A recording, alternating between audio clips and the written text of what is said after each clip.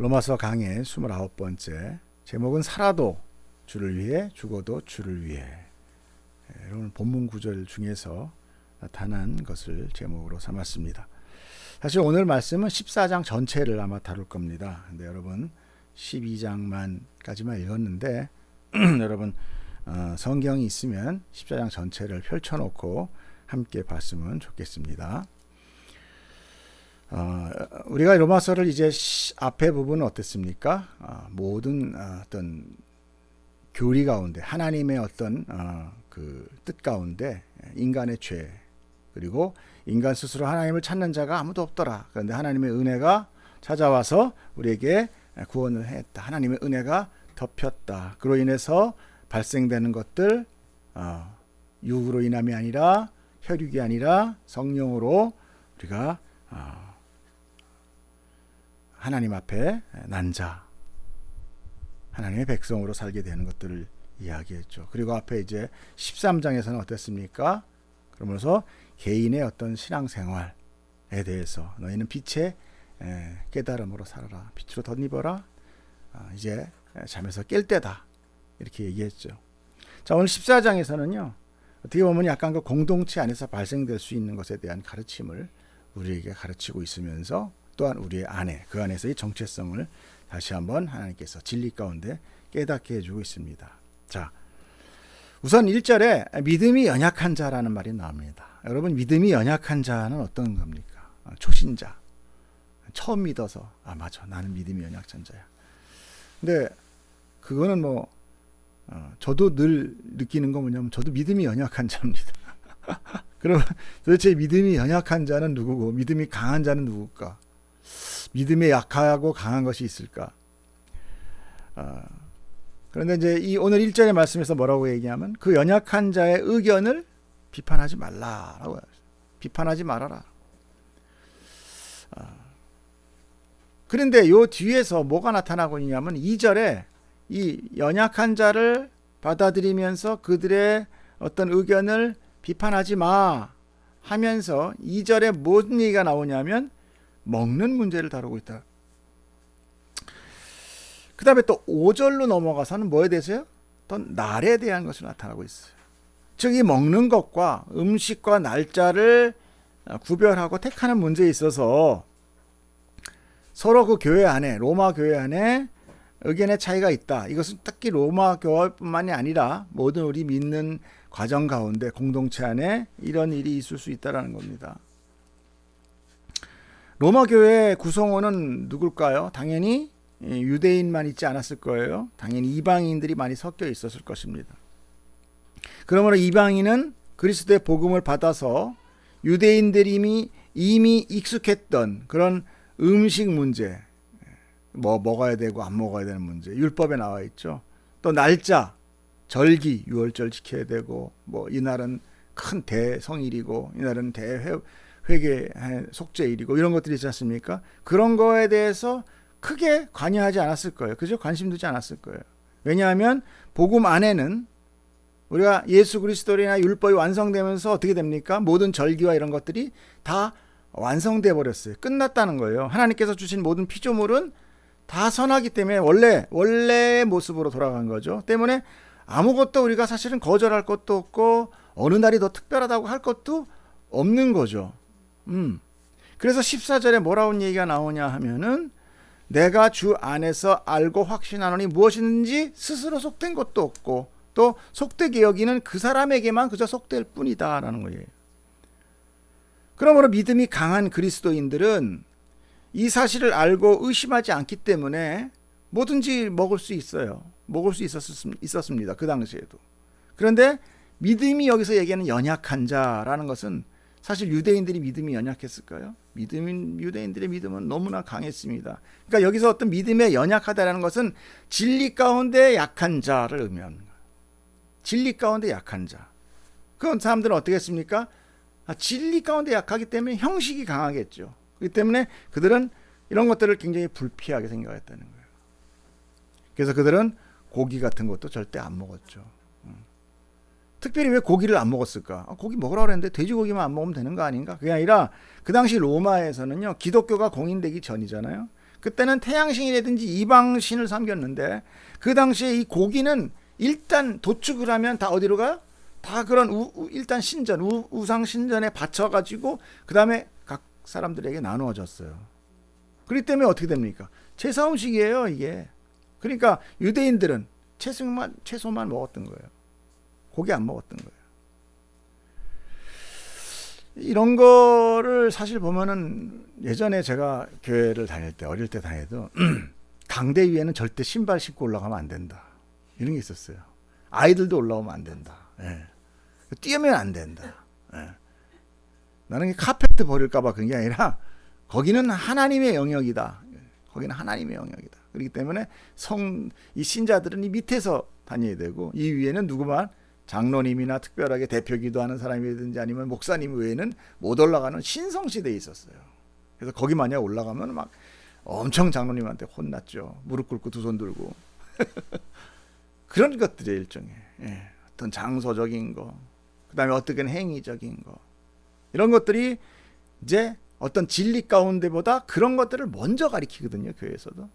어떤 성경의 진리를 가리키기도 하지만 그보다는 약간 이런 거 하지 마, 해야 돼, 뭐 이런 것들, 그런 걸 많이 가리키다 보니까 그냥 종교가 형식화되고 종교가 어떤 그런 율례적인 게 돼버려가지고 그냥 거기에 갇혀버리게 되는 거죠. 그 외의 거는 하면 안 되는 거예요. 다 종교적인 양심, 그죠? 종교적 양심에 걸림돌이 돼버리는 거죠. 그런 것들이 많이 있었습니다. 옛날에 교회를 다녔던 분들은 거의 그런 것들이 많아요. 요새는 좀 많이 자유분방해졌는데 물론 그런 것들이 진리에서 깨진 것들도 있긴 있지만 조금 꼭 뭐라 그럴까요? 선방향적인 것만은 아닌 것 같아요. 우리가 과거에 형식주의적인 어떤 그런 믿음 생활을 하는 어떤 믿음의 선배들의 어떤 그런 또 열심도 사실은 굉장히 우리가 따라야 되는 부분도 있어요. 그분들이 단지 그 핵심을 몰랐었던 것뿐이지 우리는 핵심 아니까 더 우리가 열심을 내야 되는 것이 사실입니다. 그래서 옛날에 어른들이 헌금을 낼 때는 어때요? 10원짜리를 이렇게 다렸어요. 다리미로 깨끗하게 다려가지고 봉투에 딱 넣어가지고 일주일 전부터 다 간직하고 있다가 주일 되면 그걸 거룩하게 갖고 와서 냈어요. 이런 거는 저는 그 형식 자체가 그 안의 마음을 하나님께서 얼마나 기쁘게 받으셨어요.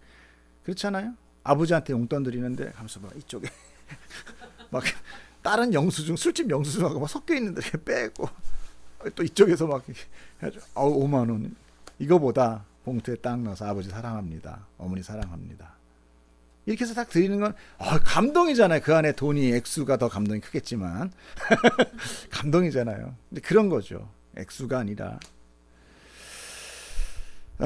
그래서 오늘날에도 뭐 또 각 가정이나 뭐 이런 데서도 제사 음식 같은 거 먹지 않는 가정들이 잘 많지 있습니다. 특히 기독교 가정에서는 제사 음식 안 먹습니다. 또 지속적인 어떤 습관된 종교적인 절기 이런 거 있죠. 유월절, 오순절, 뭐 월삭, 뭐 장막절 같은 그런 날을 특별히 다른 날보다는 더 중요시하게 해가지고 더 이렇게 양복도 잘 입고 옷도 깨끗하게 달아 입고 그날은 진짜 예배고 그러나 그런 절기 역시 무엇을 의미합니까? 바로 예수 그리스도에 대한 거였어요. 예수 그리스도를 상징하는 갖가지 이 다양한 뭐라 그럴까요? 은유들, 비유들이었죠. 그러므로 예수님이 오심으로 인해 이제 그 절기가 완성된 거죠. 폐지된 겁니다. 유월절 뭡니까? 어린 양의 피, 십자가, 그 피, 그 구원, 그 얘기하는 거잖아요. 다 그거예요. 그 다음에 장막절 뭡니까? 우리가 그렇게 이 땅 가운데서 뭘로 살아간다? 나그네 같이 살아간다. 그러나 이제 예수님이 오심으로 인하여 우리의 구원이 완성되면 하나님의 백성으로 이제는 우리가 정착돼 있는 정착민이 될 수 있다. 하늘 백성. 이런 것들을 다 비유하고 있는 거지요. 그런데 사실 보면 오늘날 좀 교회에서 이런 거 외에도 뭐 쓸데없는 것들을 좀 많이 만들어냅니다. 이런 기념일, 저런 기념일. 교회 창립 기념일도 있잖아요. 이런 건 좀 약간 성경적이지 않고 오히려 그 복음을 가리키는데 좀 거스르는 행위가 될 수 있습니다. 오늘은 특별히 무슨 날이죠? 부활절. 부활절은 뭔 거죠? 계란 먹는 날. 아닌가요? 부활절은 계란 먹느라 했는데 오늘 우리 계란을 삶아 먹어버렸어요. 예수님을 삶아 먹어버렸어요. 다시는 못 태어나게. 부활절은 예수님이 부활하신 날 맞습니다. 근데 우리 그리스도인에게 부활절 정말 중요한 날입니다. 제가 아까도 기도하고 앞에도 말씀드렸지만 우리에게 만약에 부활신앙이 없다면요 꽝이에요. 아무것도 없어요. 그럼 세상 종교와 다를 바 없습니다. 그냥 열심히 어떤 한 예수라는 어떤 그런 사람, 그러니까 쉽게 얘기해서 십자가에 죄 용서받고 그는 죄 없는 채로 죽었더라예요. 무슨 얘기인지 아시죠? 아담과 같이, 아담은 죄가 있었어요 없었어요? 최초에 선악과 따먹기 전에 죄 없었죠? 그러니까 죄 없는 아담의 모습으로 다시 돌아간 채 죽었더라예요. 근데 예수 그리스도가 부활하심으로 인하여 이제 우리는 그 부활의 생명, 영원한 생명을 얻게 된 거죠. 그러니까 이게 다시 한번 재창조되는 거나 똑같아요. 창세기에 보면 어떻게 해요? 흙으로 사람을 하나님께서 만드셔서 어떻게 해요? 르와흐, 뇌사마를 불러내요. 생기. 그러면 그가 있음이 되더라. 있음이 존재하게 되더라는 거거든요. 그러니까 하나님 앞에 생명이 없는 거는 의미 없는 거예요. 무의미한 거예요. 그러니까 우리가 아무리 훌륭한 가구를 사놔도 오래 있다가 왜 폐기할 수 있어요? 폐기물. 왜? 생명이 없으니까. 다 쓸고 하면 폐기하는 거예요. 사람은 폐기합니까? 요새는 폐기되더라고요. 그렇지만 어찌됐건 폐기 안 되죠. 생명이 있으니까. 생명 있는 건 폐기될 수 없잖아요. 자, 이렇게 그 부활의 의미는 되게 중요해요. 생명에 관한 날이기 때문에. 그런데 이 부활절도 어떤 절기가 돼서 다른 예bil, 사실 부활절, 왜 여러분이 가끔씩 그런 질문 할 거예요. 우리 안식일 그러잖아요. 안식일, 원래 안식일 언제예요? 어제가 안식일이었어요. 토요일이 안식일이란 말입니다. 그래서 안식교는 토요일날 예배 드려요, 지금도. 네. 근데 그 사람들은 어떻게 돼 있는 사람들이야? 예수 그리스도가 오셔서 완성된 거를 인정하지 않는 거예요. 그냥 계속 율법에 묶여 있는 거죠. 그래서 안식일날 예배 드리는 거예요. 근데 뭐 그래요, 사실. 언제 예배 드리든 아무도 상관없어, 사실은요. 그냥 상관없어요. 하나님은 그런 중에서도 자기 백성을 택해요. 예. 어쩌면 우리가 교회 가보면은, 천국에 가보면 교회 1도 안 다녔던 사람이 와 있을 수도 있어요. 왜? 누구 맘대로? 하나님 맘대로. 하나님 내가 그 안에 성령을 넣어서 내 사람 만들었다면 만든 거죠. 언제 우리 창조할 때는 뭐 우리한테 의견 물어봤어요? 제 창조할까 말까? 이랬어요? 없었어요. 여러분 태어나실 때 어머니가 물어보시던가요? 둘째 낳을까 말까?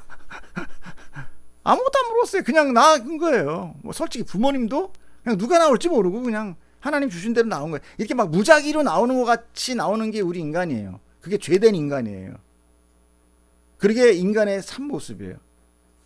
인간의 존재예요. 가치예요. 무가치예요. 어찌게 보면. 그러니까 하나님의 생명이 들어왔기 때문에 가치가 있게 되는 거거든요. 그래서 부활절 중요한 겁니다. 부활의 생명 받는 거. 그렇지만 그런 부활의 의미 이런 거보다는 어떤 절기로서 행사로서 자리 잡았다는 것은 사실 부인할 수 없어요. 그래서 막 계란 엄청 삶고. 근데 되게 보면 그래요. 교회가 있고 사람이 많고 사람이 모이면 공동체가 생기면 형식을 안 만들 수가 없어. 사람들이 막 100명, 200명, 1000명 모였는데 오늘 부활절. 근데 그냥 오늘 부활절입니다. 아멘. 그리고 아무것도 안 해. 그게 잘 안 되는 거예요. 뭔가 행사를 만들게 돼 있어. 혼자는 돼. 근데 사람이 모이기 시작하면 뭔가 형식은 자연적으로 만들어져. 그렇죠? 뭘 운영해도 그렇잖아. 아이들이 오면은 뭔가 규율도 생기고 뭐라 생기잖아, 이게. 사람들이 오므로 인하여. 근데 여러분, 이 부활절을 절기로 너무나 오래 생각하다 보면 무슨 예를 들어서 이렇게 되는 거예요. 우리나라 같은 경우에는 뭐 다른 나라도 그렇지만 부모가 죽어서 장사되면 어떻게 됩니까? 매년 그날을 가족들이 모여서 어떻게 돼? 기리면서 제사를 드리죠.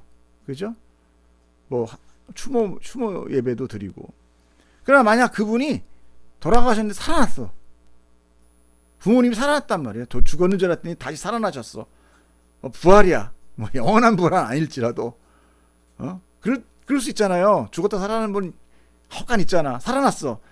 그런데도 끝까지 제사를 드려. 이거 좀 이상하지 않아요? 살아나셨으면 제사는 없어지는 거잖아요. 그렇죠? 살아난 사람으로 기뻐하는 거죠.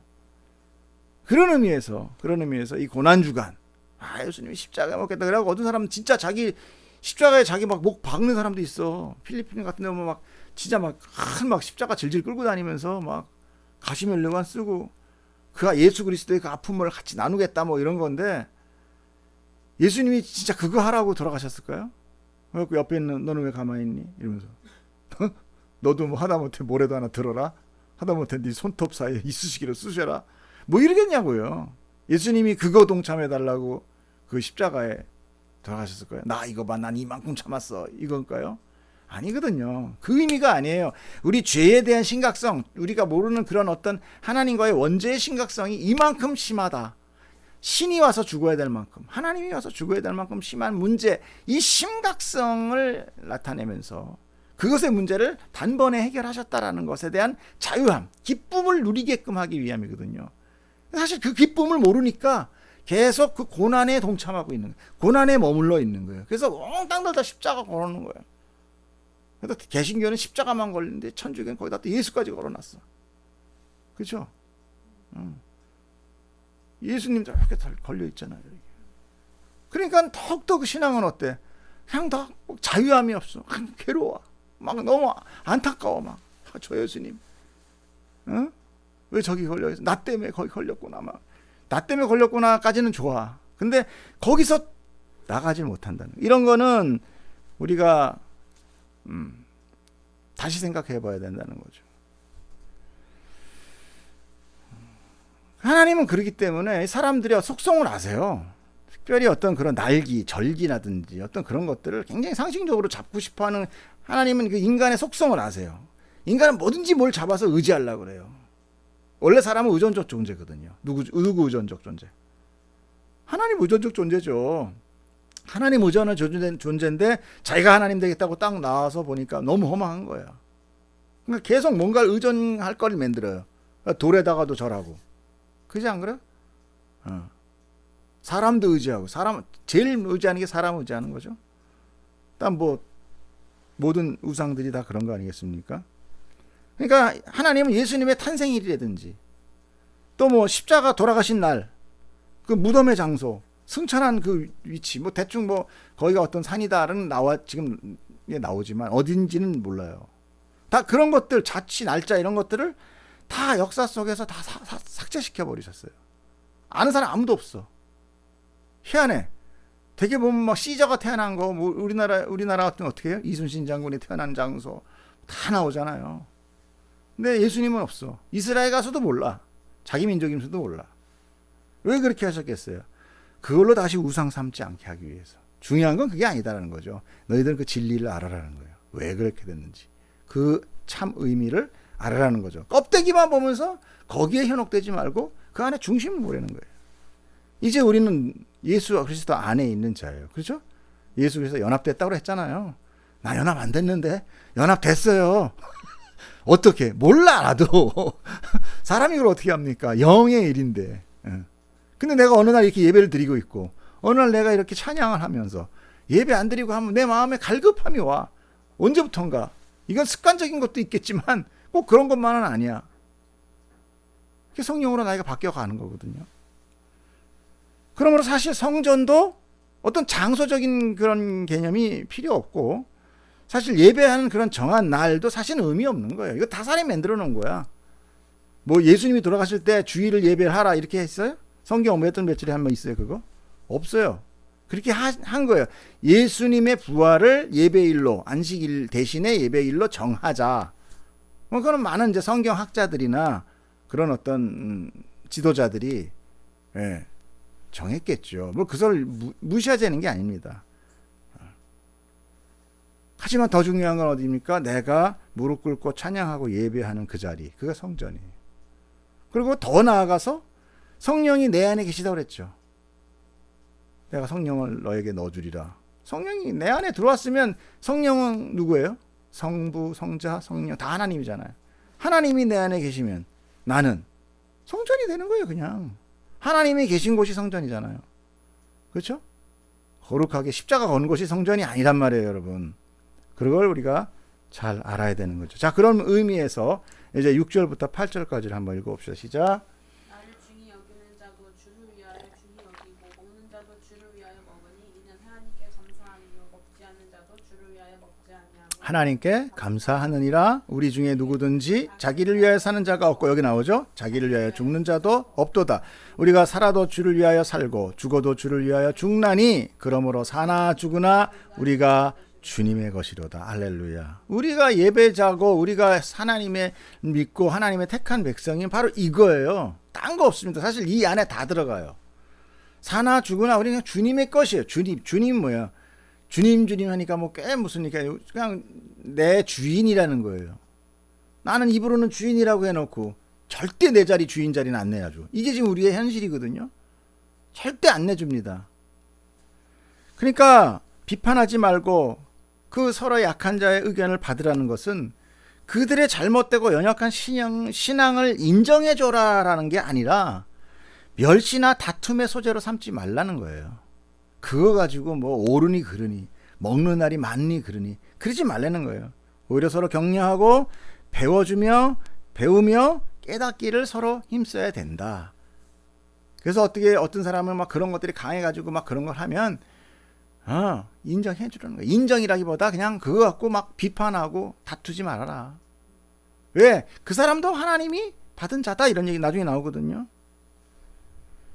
나도 누가 했습니까? 나도 뭐 하나님께서 비판할 수 없을까? 나도 죄인이에요. 그런데 하나님께서 믿음도 주시고 깨달음도 주셔서 그 모든 것이 하나님의 은혜로 우리에게 거저 주신 거잖아요. 하나님이 만약에 너 왜 그렇게 죄가 많아? 이런 식으로 비판하면 우리는 뭐 어디 발 근처나 가겠어요? 못 가죠. 자, 7절에 자기를 위하여 사는 자가 없고 죽는 자도 없다는 것은 앞에 우리 중에라는 어떤 한정적인 게 있죠. 그죠? 우리 중에 누구든, 그죠? 우리 중에 누구든지 자기를 위하여. 그러니까 우리 중이라는 건 누구예요? 다른 교회 바깥에 있는 불신자들 얘기하는 것이 아니라 신자들 가운데 이런 얘기하는 거죠. 한정적인 거예요. 그리스도의 믿는 자들을 의미하는 거예요. 즉 예수를 주인으로 믿음으로 인해 주인으로 믿는 거예요. 주인으로 삼은 거죠. 더 이상 자기가 자신을 주인으로 살 수 없다. 그렇게 행할 수 없다라는 거죠. 이것은 진리로 인하여 자유함을 얻었다 하더라도 그것을 자기 마음대로 사용하지 않는다라는 것이 포함돼요, 여기에. 그러니까 쉽게 얘기해서 내가 주인이 아니기 때문에 비록 그게 아니야. 저 사람 보니까 막 음식 막 고기 안 먹고 막 하고 날짜도 뭐 이날 중요하고 막 그래. 그거 아닌데. 그렇지만 비판하지 않는 것은 뭐냐? 나를 위해서 그것이 정해진 것이 아니라 다 하나님의 뜻 가운데 정해진 거기 때문에 내가 그거를 비판하고 안 비판할 수 있는 권한이 나에게 없다라는 거예요. 어찌 보면 그 모든 것들도 다 하나님의 영광 안에 뜻 안에 있다라는 것이죠. 우리가 지난주에 우리 배운 게 뭡니까? 너희 권세자들에게 순종하라, 복종하라. 그거 내가 보낸 선지자다. 너 그를 통해서 인생의 회초리 막대기 될 수도 있어. 그럼 너희 양심껏 잘 살아. 그러면 그들이 너희들 해야 할 필요 없어. 근데 너희들이 스스로 죄를 짓다가 당하는 거 그거 가지고 이런 얘기 했잖아요. 마찬가지예요. 다 하나님의 영광과 뜻 안에 있음으로 인하여 우리가 그걸 보고 아직은 저분은 저기에 매여 있구나를 알고 할 뿐이지 그걸 비판하고 하지는 말라는 것이죠. 왜? 우리는 비판할 수 있는 자격은 못 된다. 왜? 우리는 오히려 나는 하나님한테 비판받을 존재지. 내가 누구를 비판할 수 없다는 거예요. 그래서 정말 우리 속담이 뭐예요? 똥 묻은 개가 겨 묻은 개를 탓한다. 그죠? 지는 더 들어온 똥이 있는데 겨 묻은 개를 탓한다. 이렇게 있잖아요. 네 안에 있는 들보는 모르고 남의 안에 있는 티끌은 뺀다. 이런 얘기도 있잖아요. 말씀이 바로 그겁니다. 우리가 비판은 못한다. 그러나 비판하지 않는다고 해서 진리를 모르라는 건 아니에요. 알아야 된다는 거죠. 그분은 아직 저기에 매여 있구나. 그래서 어떻게 그러면? 시간을 두고 잘 가르쳐야죠.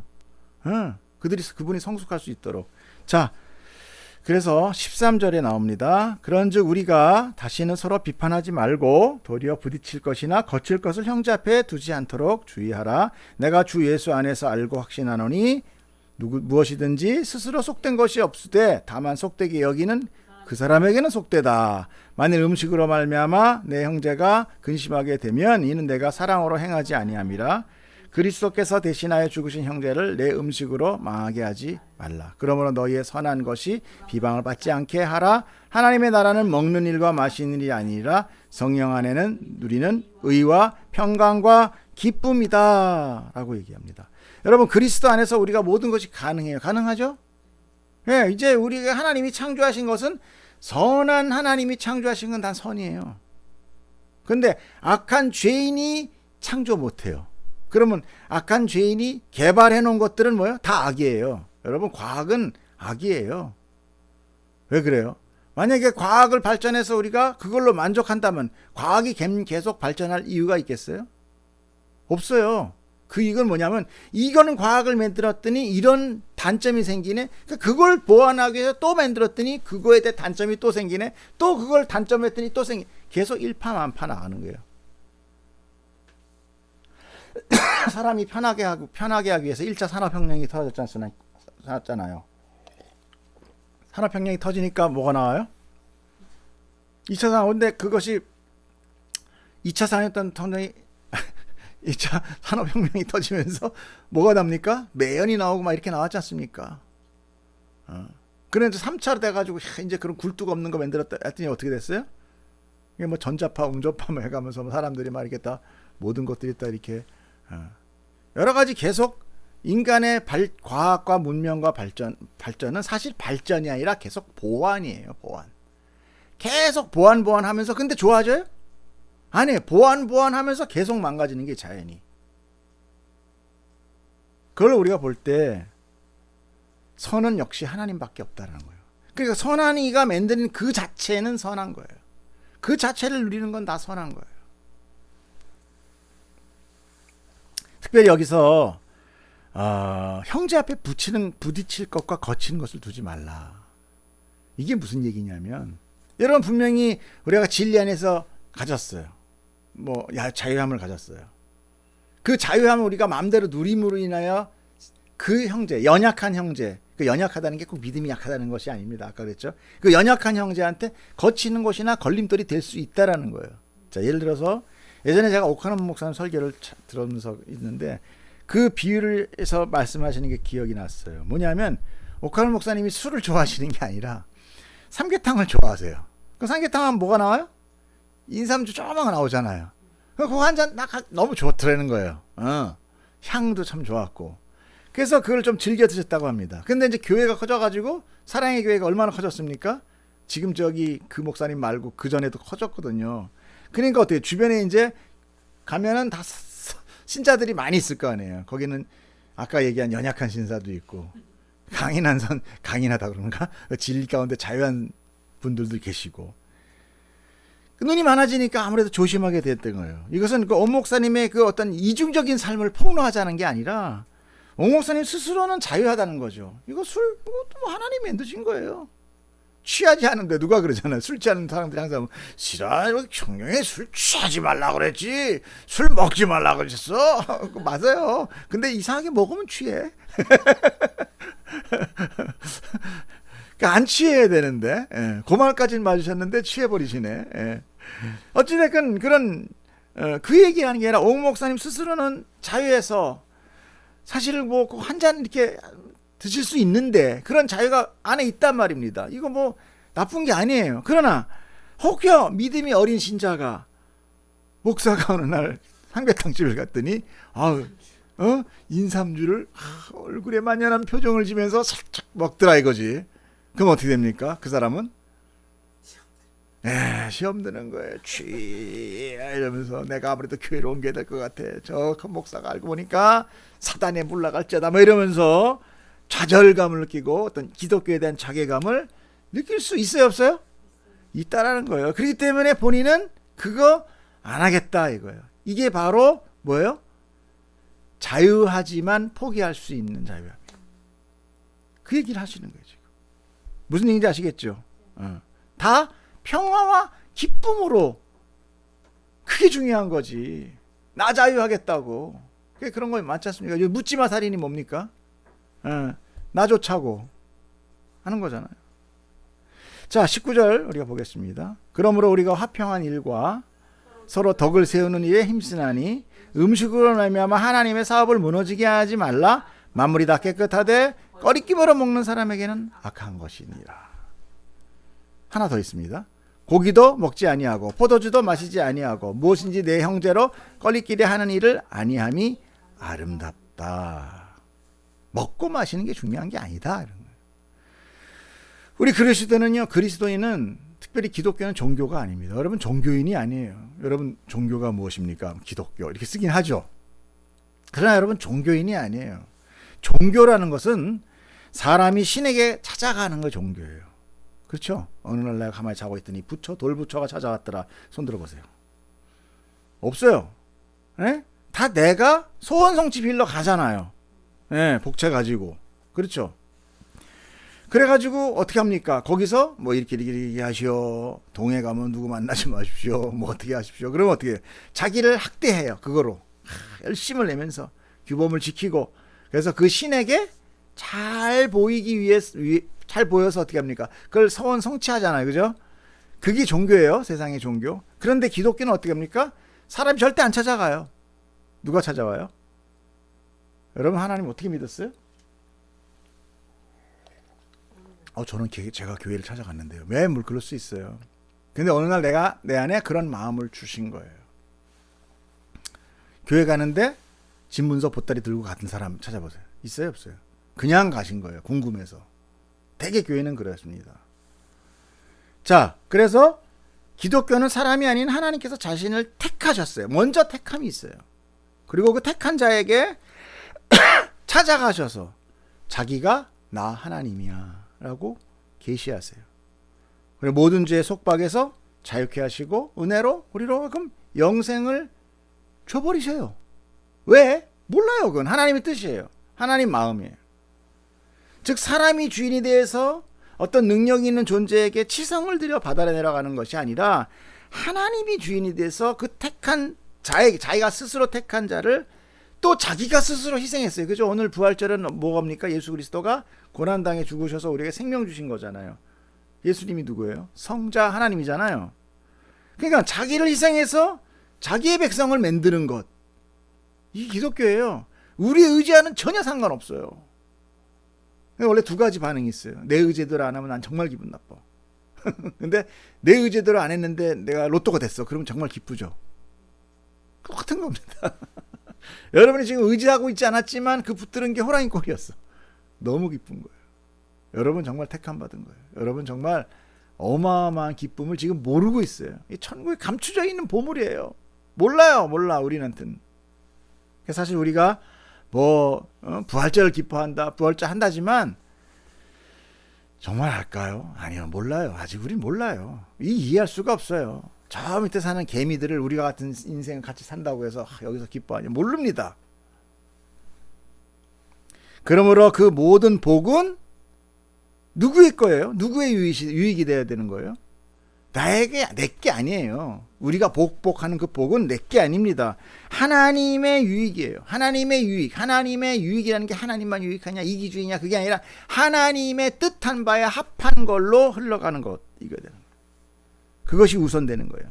그래서 내가 믿음으로 인하여 참 진리를 깨닫고 모든 것은 선하구나, 악하고 하는 건 아니구나, 먹고 마시고 날기 절기 이런 것들도 내가 그렇게 거기 매일 필요 없구나 라고 해서 자유함을 얻었다 할지라도 나의 기쁨과 유익을 우선하기보다는 하나님의 공동체를 위해서 그 안에 연약한 자를 위하여 자기 권리를 포기할 수 있는 것까지가 더 성숙이다라는 거죠. 자, 22절 할머니 보겠습니다. 시작. 내게 있는 믿음을 하나님 앞에서 스스로 가지고 있으라. 자기가 옳다 하는 바로 자기를 정죄하지 아니하는 자는 복이 있도다. 의심하고 먹는 자는 믿음을 따라 하지 아니하였기 때문이라. 믿음을 따라 하지 아니하는 것은 다 죄다. 자, 그러므로 내게 있는 믿음을 스스로 가지고 있으라 라고 하는 이 말은 뭐겠습니까? 그 자유함을 네 안에서 잘 그저 간직해라 이거예요. 셀러리 필라리 말라리 다니면서 나는 뭐 그냥 술도 잘 먹을 수 있어. 나발 불고 다니면서 뭐 십자가 들고 주여 나를 위해쳐라. 이거는 말도 안 되는 얘기라는 거예요. 그 기쁨, 은밀한 중에 받은 그 기쁨, 네가 잘 간직하고 있으라. 그 참 기쁨. 그렇다고 해서 간직한다는 게 절대 안 돼. 뭐 이게 아니라 그렇게 막 나대면서 자기 마음대로 해석하고 하지 말고 간직하고 품은 기쁨을 서로 나누게 되겠죠. 자기의 신앙과 확신과 자유를 즐기기 위해서 그것을 외적으로 함부로 표현하지 말라는 거죠. 오히려 하나님 안에서 주시는 깨달음으로 얻은 그 기쁨을 은밀함으로 즐거워하라. 여러분 바로 그 기쁨이 우리한테 이 신앙생활을 견딜 수 있는 파워가 되는 거예요. 그 자유함이. 예. 그래서 뭐 정말 내가 힘든 가운데 내가 주일 한번 빼먹었어. 죽는 사람이 죽으려고 하는 사람이 있지만 그걸 막 정죄감이 된다는 거예요. 난 주일 빼먹었어. 난 지옥 갈 거야. 막 이게 아니라 다른 날 바로 내가 앉아있는 이 자리가 이 장소가 예배의 자리가 되는 거예요. 하나님의 이름을 부르는 순간 하나님이 계심으로 내가 하나님의 이름을 부를 수 있게 되는 거거든요.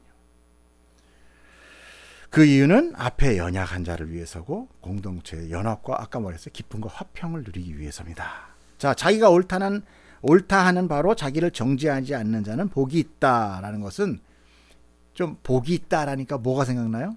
산상수훈이겠죠. 복이 있다. 뭐 복이 있는 자는 뭐 이렇게 해서 나오죠. 뭐뭐 하는 자는 복이 있도다. 마음 궁휼한 애통하는 자는 복이 있도다 나오죠. 근데 항상 그게 뭐라고 했습니까? 이 복이 있다라는 것은 뭐라고 했습니까? 복이 있는 자여. 복 받은 자여. 너희가 복을 받은 자는 너의 마음 안에 진리에 대한 갈급함이 있을 것이다. 그러니까 그 복은 뭐예요? 우리가 생각하는 로또 이런 게 아니라는 거예요. 하늘의 복, 하나님의 뜻이 우리에게 와짐으로 인하여 내가 깨달음을 얻게 되면 그때부터 우리는 다른 삶을 살게 될 것이다. 너희들아. 얘기하는 너희 복받은 너희들아. 마찬가지입니다. 여기서도 너희가 옳다 하는 바로 자기를 정죄하지 않는 자는 복이 있다는 것은 복이 있다 하는 자는 즉 복이 있도다 자기의 옳은 행위에 확신을 갖고 있는 자여 이런 거예요. 무슨 얘기인지 아시겠어요? 그런 의미예요. 이 말은 앞에 연약한 자를 위해서 자신의 자유함을 숨기는 것에 대한 마음에 양심적인 가책을 의미하는 거예요. 즉 내가 참 진리를 깨달으면 그 형식이 무엇이든 그것은 중요한 것이 아니라는 것입니다. 내가 깨닫는 순간 그 형식은 필요 없는 거예요. 필요 없다기보다 그게 중요해지지 않아요. 그 안에 깨도 중요해요. 그러나 내가 참 진리를 깨닫음에도 불구하고 내가 분명히 알았어. 근데도 불구하고 환경에 휘둘려서 어떤 그런 형식에 휘둘려서 언급된 어떤 규범적인 것이나 형식적인 신앙을 가질 때 이게 죄책감이에요. 이게 아까 뭐라고 나옵니까? 스스로 정죄하는 자예요. 내가 분명히 알았어.